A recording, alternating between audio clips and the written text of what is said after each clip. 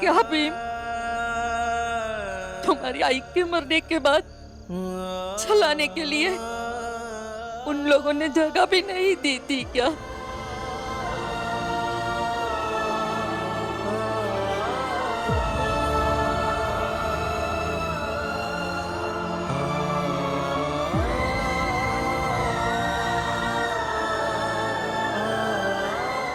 ये आंसू आंसू तो ठीक है, पेंशन मिल जाए बस। ये भीमराव ना वैभव देव की बेइज्जती कर दी। अब पता नहीं प्रचंड देव इसका बदला कैसे लेंगे। सुनो, हम लोग यहाँ रहे तो कहूँ प्रचंड देव ये ना समझ ले कि हम ही भीमराव के साथ हैं। चल घर चलता है और सुबेरे जाके ना माफी मांग लेंगे।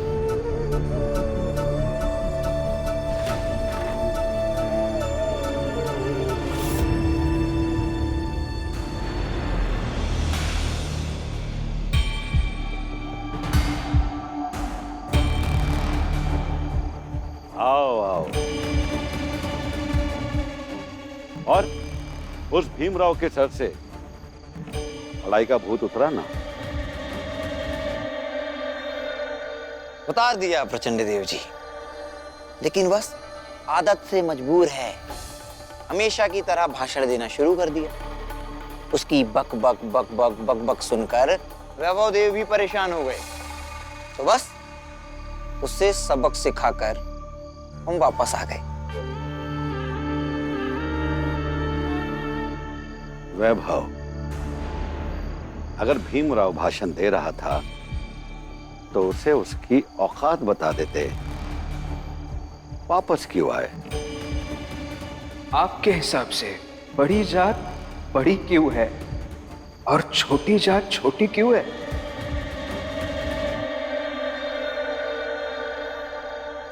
मुझे बहुत नींद आ रही है, मैं सोने जा रहा हूँ। आप सब भी सो जाइए।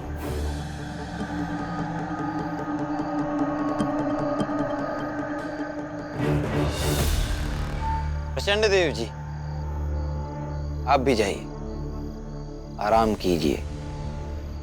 मैं भी सोऊंगा, लेकिन उससे पहले ये सुनिश्चित कर लूं कि उस भीमराव के बाप को उसकी पेंशन न मिले। सबसे पहले जाकर मैं उस दरोगा को समझाता हूं कि सुबह सुबह जाकर उन छोटी जात के लोगों को मार मार कर घसीट घसीट कर उस ऑफिस के बाहर निकाल दे। एक बार वो लोग वहां से हट गए ना, तो बस राम जी के जीवन से भी पेंशन हट गई समझो। शाबाश।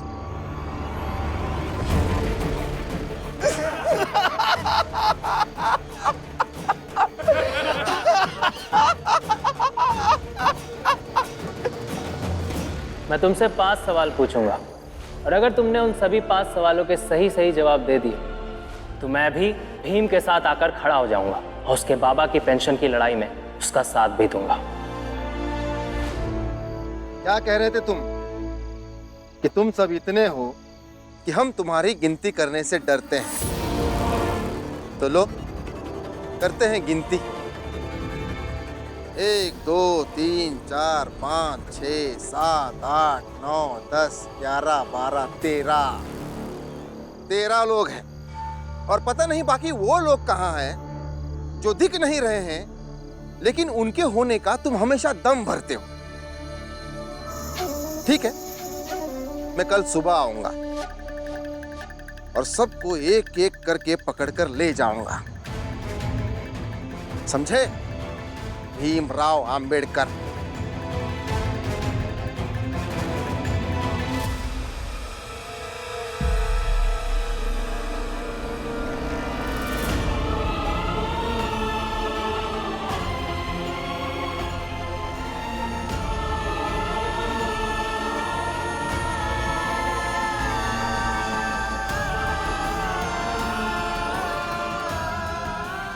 मुझे लगता है कि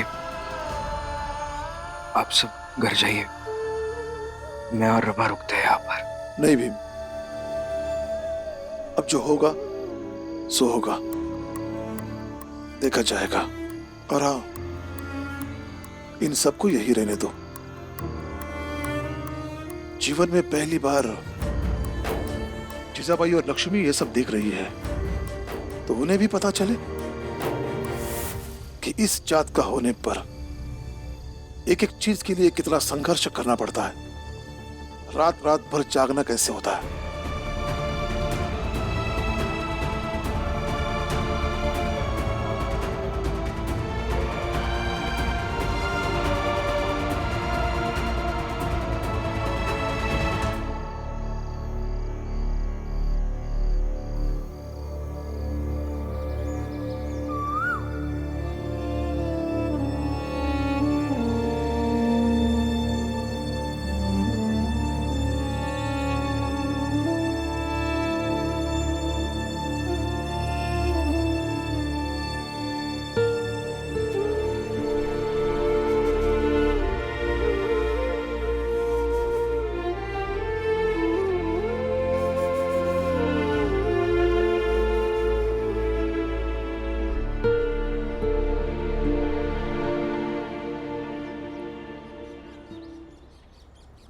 रमा, उठो।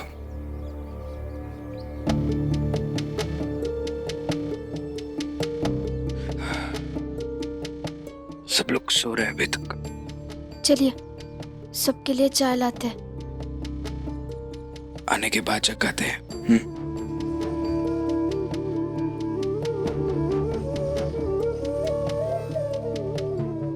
रुक, तुम लोग अभी तक गए नहीं यहाँ से? ये हटाओ सबको, और नहीं हटे तो डंडे मार के हटा देना सबको। मारो सबको। मारिए मत, ऐसा ऐसा ऐसा मत कीजिए।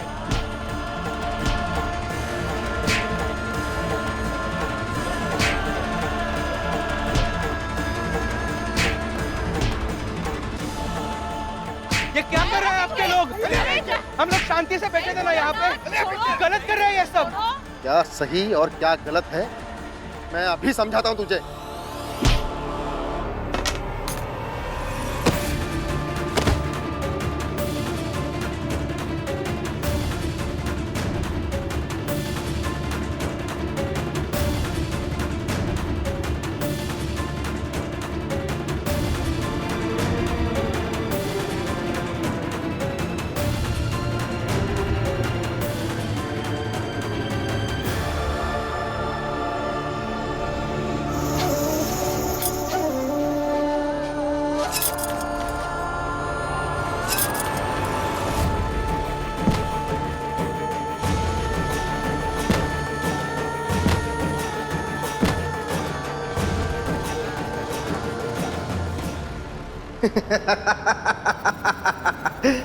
अब तो ढंग से दिख भी नहीं रहा होगा।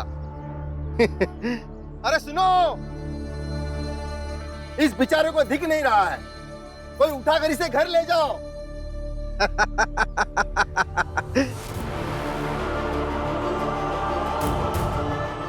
इनकी पत्नियां भी है दरोगा साहब, और पति पत्नी एक दूसरे के लिए रोशनी भी होते हैं और आग भी।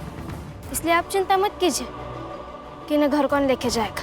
चिंता करनी भी नहीं है, तुम सब जाओ यहाँ से। चले जाएंगे।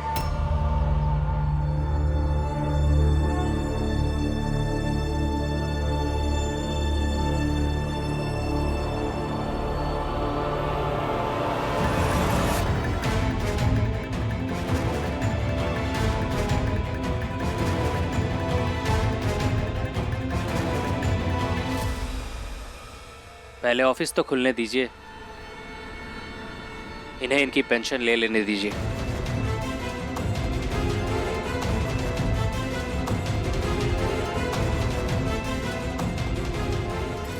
ये विभागीय कागज है, इसमें निर्देश है इन्हें इनका पेंशन मिल जाना चाहिए।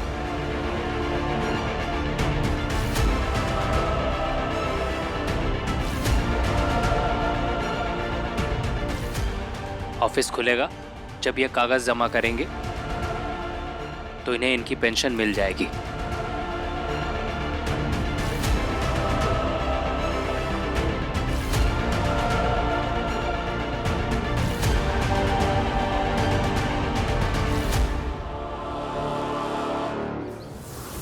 वैभव देव जी, लगता है कल 5 सवालों वाली चुनौती को कुछ ज्यादा ही गंभीरता से लिया आपने।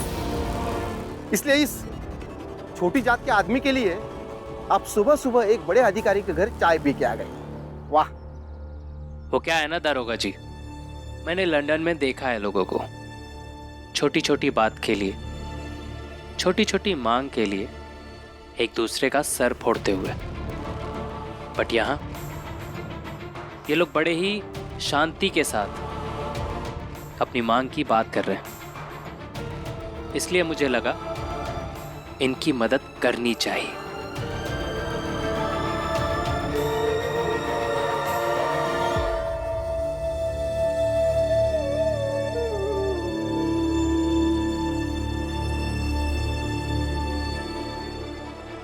ये लो भी।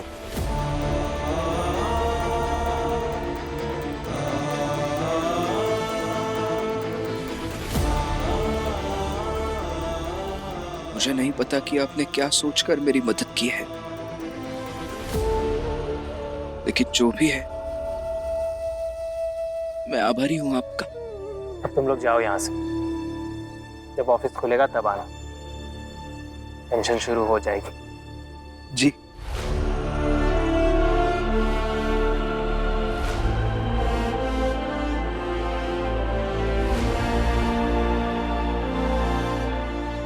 चलो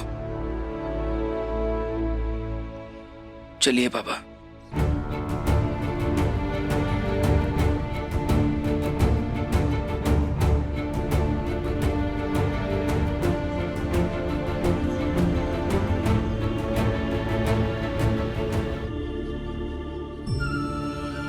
बहुत बहुत धन्यवाद।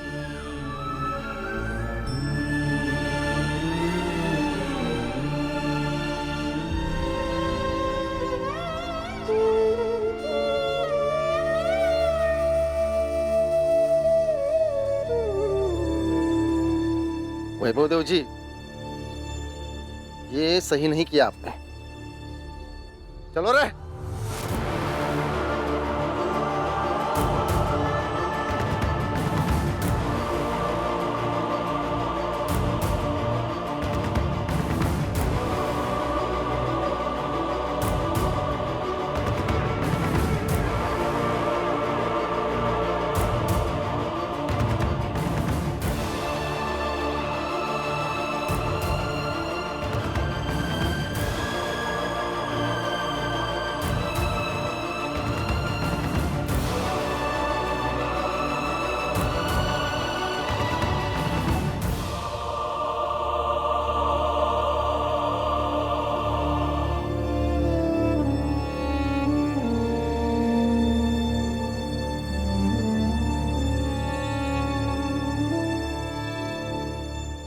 आ गए भी।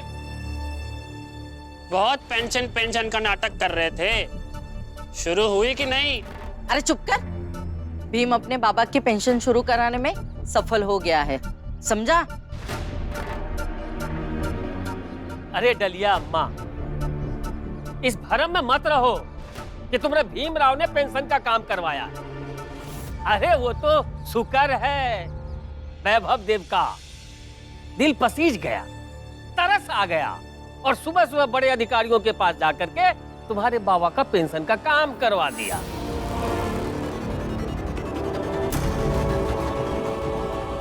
भीम ने कोई तीर नहीं मारा है। नहीं नहीं, तीर चलाना तो खाली तुम्हें ही जाना तो ही तेज भाव। ऐसा तीर चलावा तो अपने जुबान से कि जमाना घायल हो ही जाता है। अरे हम पूछा था कि आज तक कोई भी बड़े जात का आदमी हम लोगन के मदद खातिर खड़ा हुआ है का? आई जो वैभव देव जी भीम का इतना बड़ा मदद किए हैं ना, तो कुछ तरस तरस खा के नहीं किए।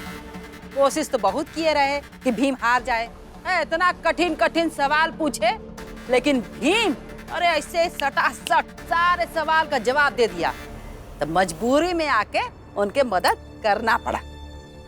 लेकिन ये ऊंची जात वाले हमारी मदद क्यों करेंगे? हो सकता है कि इसमें उनकी भी कोई नई चाल हो।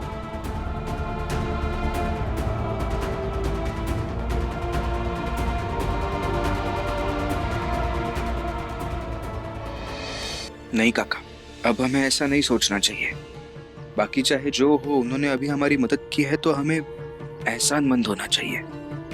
भीम बेटा सही कह रहे हो, अब तुम जाके आराम करो। नहीं बाबा, झाड़ू मारने के काम पर जाना है, कल भी नहीं गया था। अभी मैं जाके आता हूँ, आप आराम कीजिए और ये रखिए आपके पास, आप बाद में लिख के आइएगा, फिर हम जाके पेंशन शुरू करवाते हैं। ठीक है बेटा, लेकिन तुम आराम करो। आज तुम्हारी जगह मैं झाड़ू लगाता हूँ। क्या बाबा? भीम, हर बार तू सबके लिए संघर्ष करता है, लड़ता है, तुझे आराम करने की बहुत जरूरत है। और वैसे भी तेरा चश्मा भी टूट गया है। रमा, भीम का ख्याल रख। लौटते समय मैं चश्मा और पेंशन लेते आऊंगा। चश्मा टूट गया तो क्या हुआ बाबा? आपको मेरी कसम है तुमको। आराम कर बेटा। रमा। बाबा। चलिए।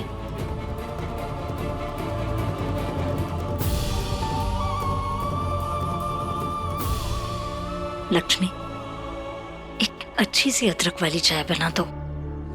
रात भर नींद नहीं हुई है, सर भी बहुत दर्द कर रहा है। चाय पी के थोड़ा सुकून तो मिलेगा। चलो। मन कर रहा है ना कि सुकून मिले, मन कर रहा है कि अदरक वाली चाय पिए। चा लक्ष्मी, जो रात भर जागे है ना, सबके लिए चाय बना कर ला। हम सब साथ में मिलकर चाय पियेंगे। हाँ, लेकिन चाय पीते पीते एक बात जरूर सोचना कि ये जो संघर्ष है ना, वो भीम बचपन से करता आया है, दिन रात सबके लिए लड़ता आया है। जब भी वो संघर्ष करके कुछ पाकर आता है ना, तब तूने और जीजाबाई ने उसे उस सुकून के साथ आज तक जीने दिया है। ये बात चाय पीते पीते जरूर सोचना।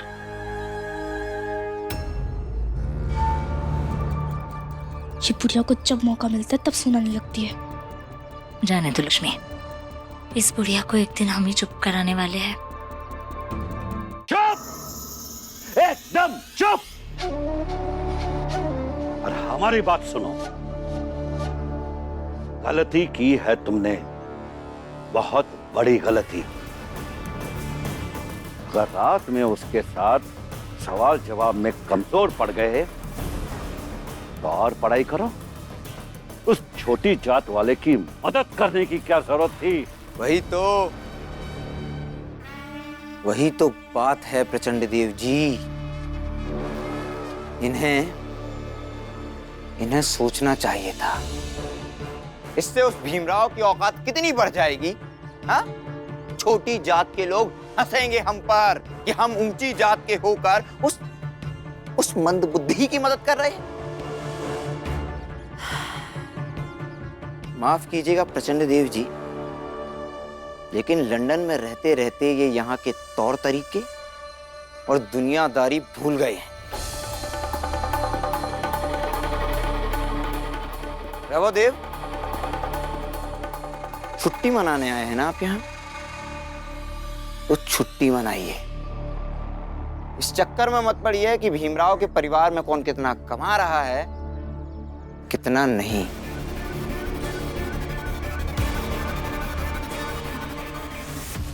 अंदर आ जाइए, नाश्ता तैयार है। तुम्हें खाने के अलावा और कुछ सोचता है क्या? जब देखो नाश्ता बन गया है, खाना बन गया है, तो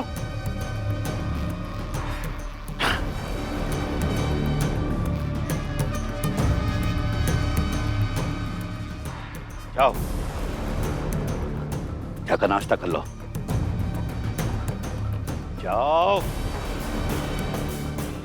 नरोत्तम, तुम उस भीम के पास जाओ, उस भीम से कागज लेकर फाड़ दो।